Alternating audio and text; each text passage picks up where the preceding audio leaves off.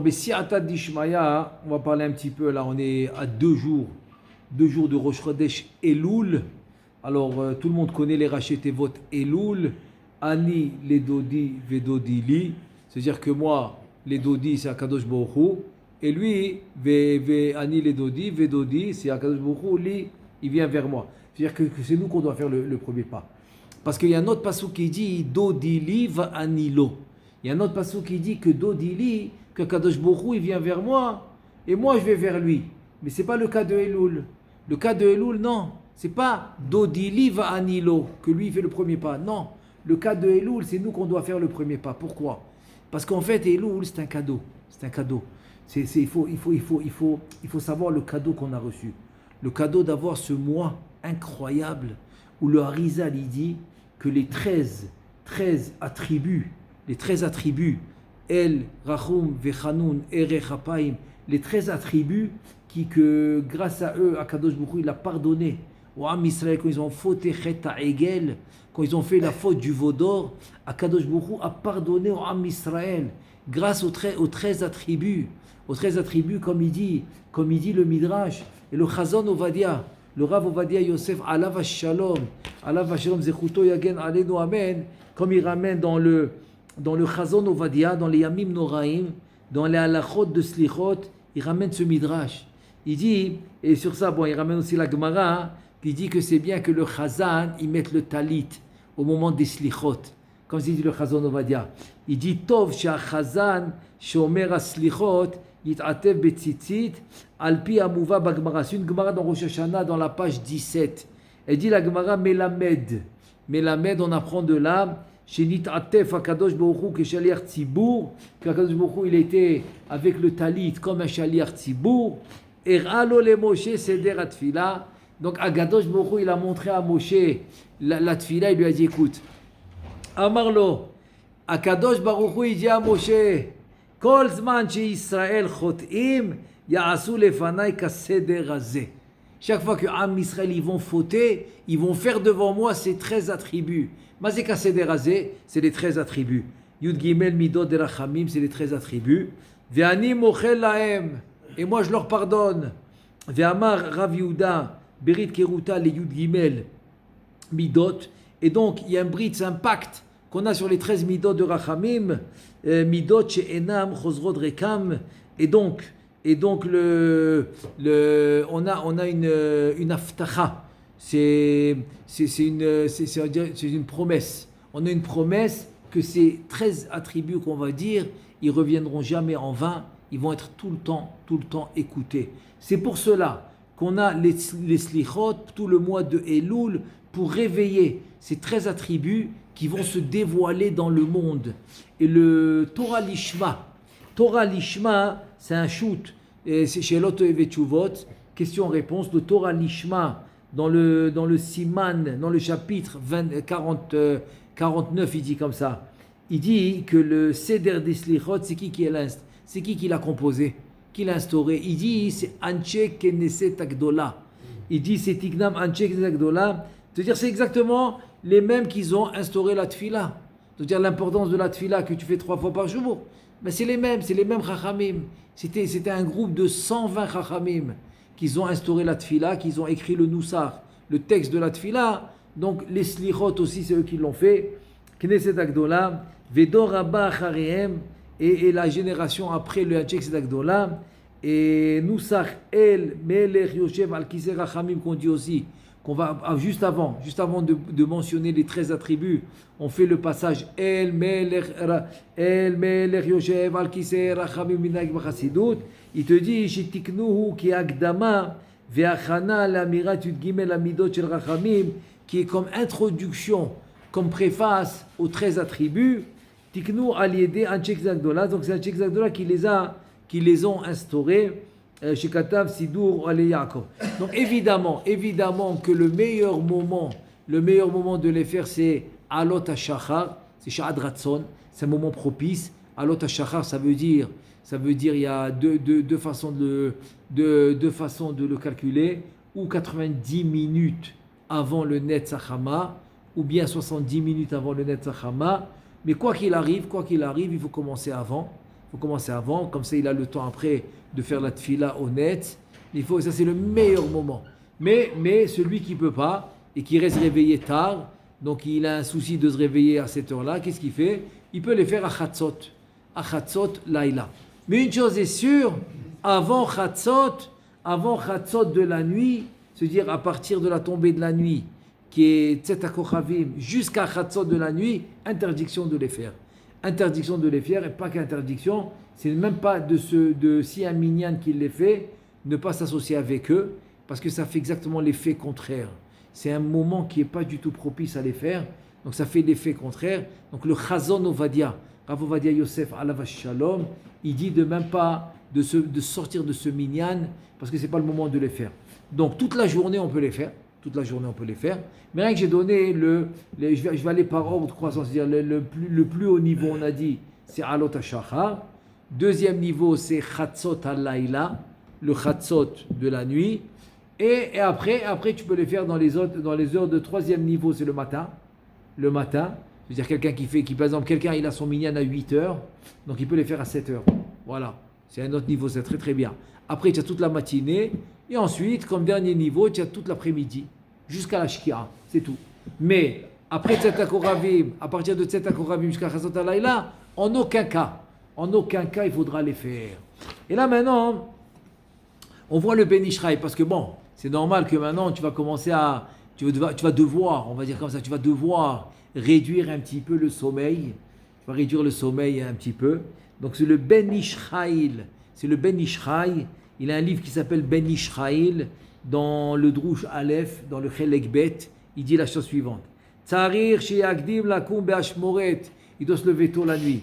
Il dit chez Az Menadet Shena, qui va combattre le sommeil, Me'enav de ses yeux, Be'et Sheu Tov le Shena, le meilleur moment de son sommeil. Maintenant il doit se battre contre son sommeil.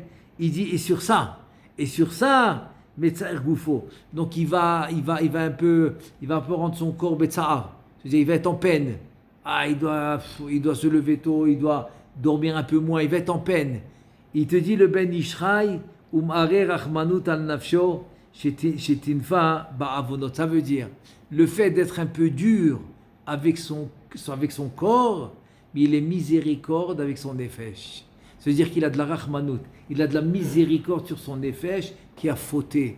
Donc comme il a pitié, comme il a pitié sur son nefesh qui a fauté, donc il va être un peu dur sur son corps. C'est un peu ce qui va se passer à Elul, parce qu'il va dormir un peu moins, mais en 2 mots, il va essayer de réparer ce qu'il a fait. Sur ça, le Ben Ishraï, il dit un truc incroyable. Il dit, Bedinhu, Shegam Akadosh Bukhu Yerachem Alav. Il dit, c'est comme une promesse, je veux dire, si c'est un Kalvachomer, c'est la plus forte raison.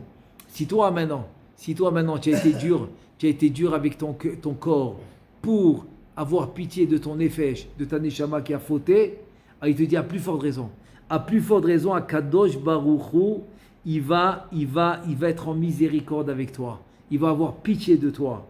Il dit, et quand? Le jour du jugement, à Rosh Hashanah, et à Seret Yemei Teshuvah. Et il va recevoir, Vikabel Teshuvато.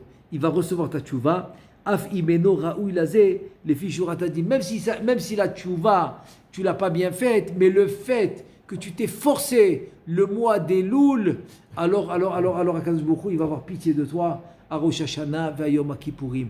Ça veut dire que c'est un cadeau extraordinaire qu'on nous a donné, il faut pas le perdre. Il faut l'utiliser.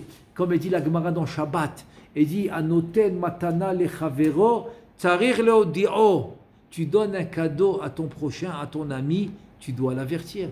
Sinon, comment il sait qui lui a donné le cadeau? Sinon, c'est pas un cadeau. Parce qu'un cadeau, le but d'un cadeau, c'est rapprocher les cœurs. Mais si tu sais pas que c'est moi qui te l'a donné, alors comment on va rapprocher les cœurs? Donc c'est pour ça qu'un cadeau, il faut lui... Akadosh Baruch Hu, il donne le Shabbat, il dit alors Matana Tova. J'ai un cadeau, donc il avertit le Ham Israël que c'est un cadeau. Là aussi, Elul, c'est un cadeau. Donc il nous avertit Rabbi Shimon Bar Yochai et le Harizal. Il nous dit que c'est un cadeau. Donc tous les jours de ce mois est ouvert les 13 attributs, El Melech, ça c'est l'introduction, El Melech Yosef al-Kisei Rachamim, El Rachum Vechanoun, etc. C'est les 13 attributs, ils sont ouverts pour tout ce mois. Donc ça c'est le mois de Elul qu'il faut évidemment augmenter dans la tfila, qu'il faut augmenter dans la tchouva, Ma'asim Tovim, etc. Chez Ma'averim Ro'a Gezerah. C'est ça qui va enlever le mauvais décret. Tous les mauvais décrets vont partir si tu augmentes la tfila, tu augmentes la tchouva, tu augmentes les ma'asim tovim, etc. Évidemment, le limud Torah. Le limud Torah, et tout ça va enlever les mauvais décrets. Et donc, une chose, il faut faire très attention, c'est de faire les yagmidot mot à mot. Il ne faut pas les avaler. Il faut bien les faire bekavana. Pourquoi? Parce que dans le midrash qu'on a lu, il dit que quand Am Israël, ils vont fauter. V'ya'asu lefanai kaseder hazeh. Ils vont faire, c'est quoi faire? C'est d'abord tu vas les dire avec kavana. El, Rachom, Vechanoun, etc. avec kavana. Ben Ishra, il dit que tu peux les compter avec les doigts. Tu les comptes avec les doigts. El, Rachom, Vechanoun, il y en a 13. Tu les comptes avec les doigts. Très bien. Mais le plus important dans tout ça, c'est d'essayer de ressembler à Kadosh Baruch Hu, avoir la Rachmanout envers ton prochain. C'est-à-dire, il faut savoir que maintenant, dans ce mois-là, tu vas être comme en test. En test, ça veut dire que toi, tu viens maintenant, tu veux que j'ai pitié de toi. Tu veux que je te pardonne. Tu veux arriver à Rosh Hashanah tout blanc. Tu veux, à Seret mais tu vas les 10 jours de pénitence, tu veux que je te pardonne. Alors, à Kadosh Baruch Hu, il n'y a pas de problème. Il n'y a pas de problème, je vais te pardonner. Mais à toi aussi de te comporter avec miséricorde. Sur ça, il y a une vraie histoire qui s'est passée aux États-Unis. J'ai envie de l'utiliser comme mashal. Mashal, une parabole. Donc ça, c'est l'histoire. C'est l'histoire d'un jeune Américain que sa mère était très malade. Très malade. Et voilà qu'un jour, il se fait attraper à l'épicier qu'il a volé un pain avec du fromage. Et il s'est fait attraper. Donc, il est arrêté par la police parce qu'il s'est fait dénoncer par le propriétaire de l'épicerie et la police va lui faire un jugement et voilà qu'il va passer en cour. Donc, le jour de la cour, il arrive, cet adolescent, il a peut-être 13 ans, 14 ans, il est habillé comme un prisonnier et il passe en cour devant le juge. Et tout ce qui accompagne la cour, les accusateurs, les défenseurs, etc., tout ce qui est dans la cour. Et voilà que le juge, il regarde le dossier et il voit un enfant, 14, 15 ans, il a volé du pain et du fromage. Alors lui, il regarde l'enfant, il lui dit, mais pourquoi tu as volé le pain et le fromage? Et l'enfant, il lui dit, écoute, et sa mère, la mère de cet enfant est très malade et il n'y avait rien à manger à la maison. Et j'avais pas d'argent et je voulais pas laisser ma mère comme ça sans manger. Donc je suis allé et j'avais pas comment le payer. Donc j'ai volé le pain et le fromage en sachant qu'un jour j'aurai de quoi rembourser et je vais le rembourser. Mais là je pouvais pas laisser ma mère affamée. Et le juge lui dit mais pourquoi tu travailles pas?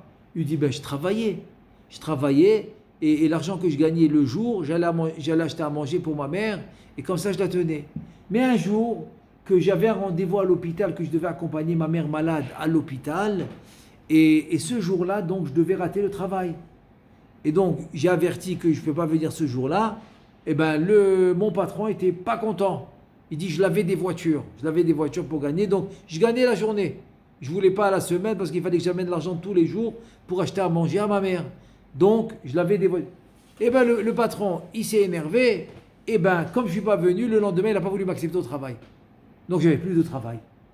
Le temps que je cherche du travail, 1 jour, 2 jours, 3 jours, je cherche du travail, les jours, ils passent. Ma mère, elle a faim. Elle n'a rien à manger. Et donc, je me suis retrouvé dans une situation catastrophique. Je suis rentré à l'épicier. J'ai dit, un jour, j'aurai l'argent, je vais lui rembourser. Et j'ai volé le pain et le fromage pour donner à ma mère à manger. Le juge, il écoute tout ça.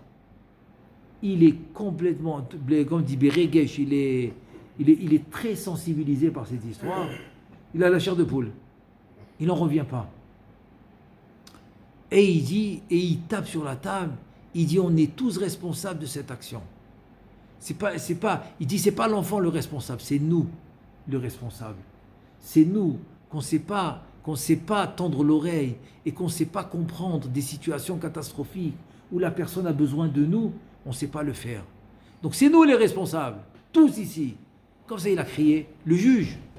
Et il décide, chacun il va mettre maintenant sa main dans la poche, il va sortir $10, $20, ce qui lui sort. Sortez tous, et moi en premier. Le juge il met la main dans sa poche, il sort, je ne sais pas qu'est-ce qu'il sort, $10, $20, il met sur la table, tout le monde sort l'argent.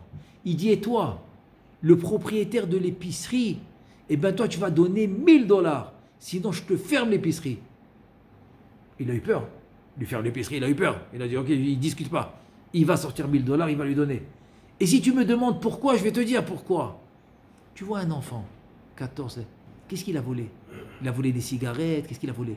Il a volé du pain et du fromage. Tu ne peux pas lui demander qu'est-ce qui se passe.